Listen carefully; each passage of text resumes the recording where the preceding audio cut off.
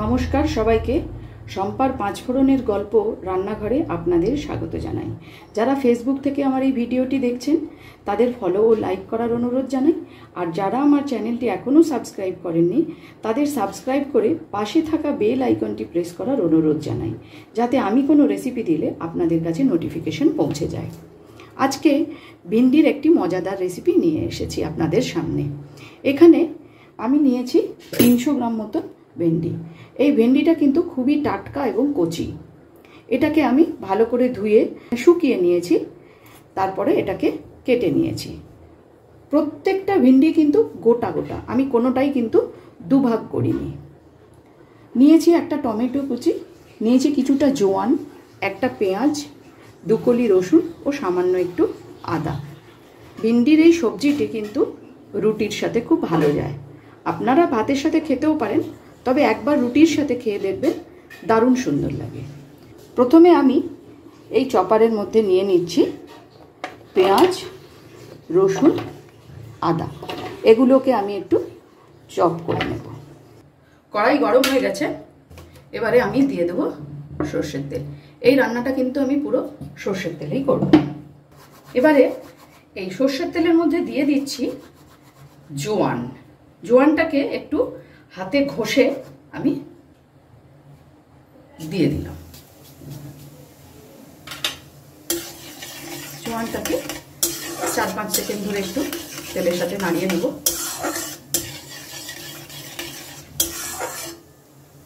ভেন্ডির সাথে কিন্তু জোয়ানটা খুব ভালো যায়।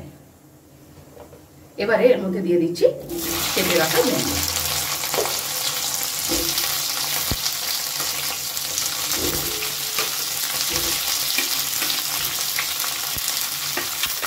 খুব ভালো করে এটা মিশিয়ে নেব।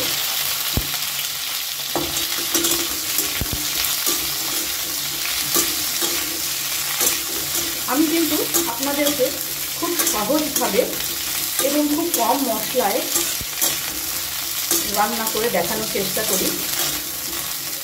আপনাদের যদি কারোর কিছু রিকোয়ারমেন্ট থাকে রান্নার, আমাকে অবশ্যই কমেন্ট বক্সে জানাবেন।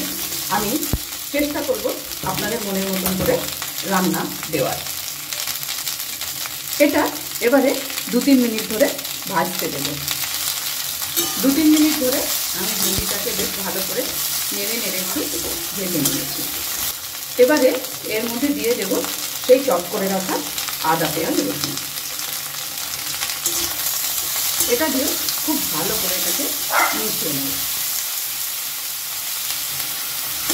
আগেই বলে রাখি, এর মধ্যে যদি আদা, পেঁয়াজ, রসুনের পেস্ট দেওয়া হয় তাহলে কিন্তু তার টেস্ট আলাদা আসবে, এবং এই চপ করা রসুন পেঁয়াজ যদি দেওয়া হয় তার টেস্ট কিন্তু আলাদা আসবে। আমি সাধারণত এইভাবেই বানিয়ে থাকি, তাই আপনাদের সাথে এটা আমি শেয়ার করলাম। এবার এর মধ্যে দিয়ে দেব কেটে রাখা টমেটো।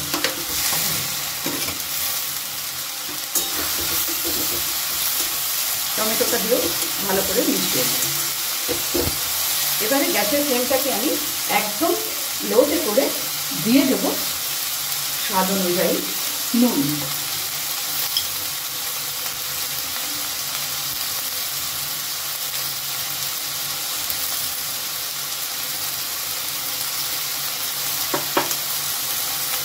খুব ভালো করে এটা মিশিয়ে নেব। যেহেতু টমেটো দিয়েছি, এই টমেটো থেকেই যে জলটা ছাড়বে তাতেই কিন্তু ভেন্ডিটা সেদ্ধ হয়ে যাবে। এবার এটাকে আমি ঢাকা দিয়ে দেব, তাও প্রায় মিনিট 3-এর জন্য। ফিরে এলাম মিনিট 3 পর। এবার একটু ভেন্ডিটাকে দেখে নেব। অনেকটা জল বেরিয়েছে, যেহেতু টমেটো আছে, আদা পেঁয়াজও আছে, নুন দিয়েছিলাম। এবারে এর মধ্যে দেব কিছু মশলা। দিয়ে দিচ্ছি পরিমাণ মতো হলুদ, লঙ্কার গুঁড়ো। লঙ্কার গুঁড়োটা সামান্য একটু বেশি দিলাম, কারণ এটা খেতে বেশ একটু ঝাল ঝাল হলে ভালো লাগে। দিচ্ছি 1 চামচ মতো ধনের গুঁড়ো। দিয়ে দিচ্ছি সামান্য একটু আমচুর পাউডার। আমচুর পাউডারটা আপনারা স্কিপ করতেও পারেন, আমি একটু দিই। এটার সাথে খেতে বেশ ভালো লাগে। এবারে এটা ভালো করে মিশিয়ে নিচ্ছি।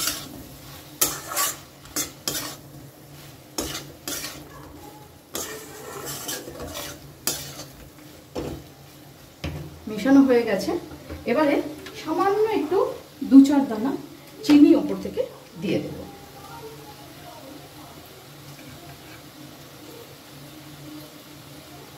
এবার এটাকে ঢেকে দেব।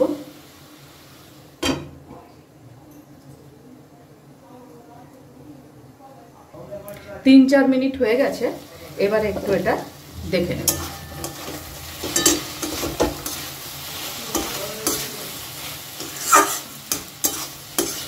সুন্দর করে মশলার সাথে ভেন্ডিটা আরেকবার আমি মিশিয়ে দেব। কচি ভেন্ডি বেশিক্ষণ নেয়নি সেদ্ধ হতে।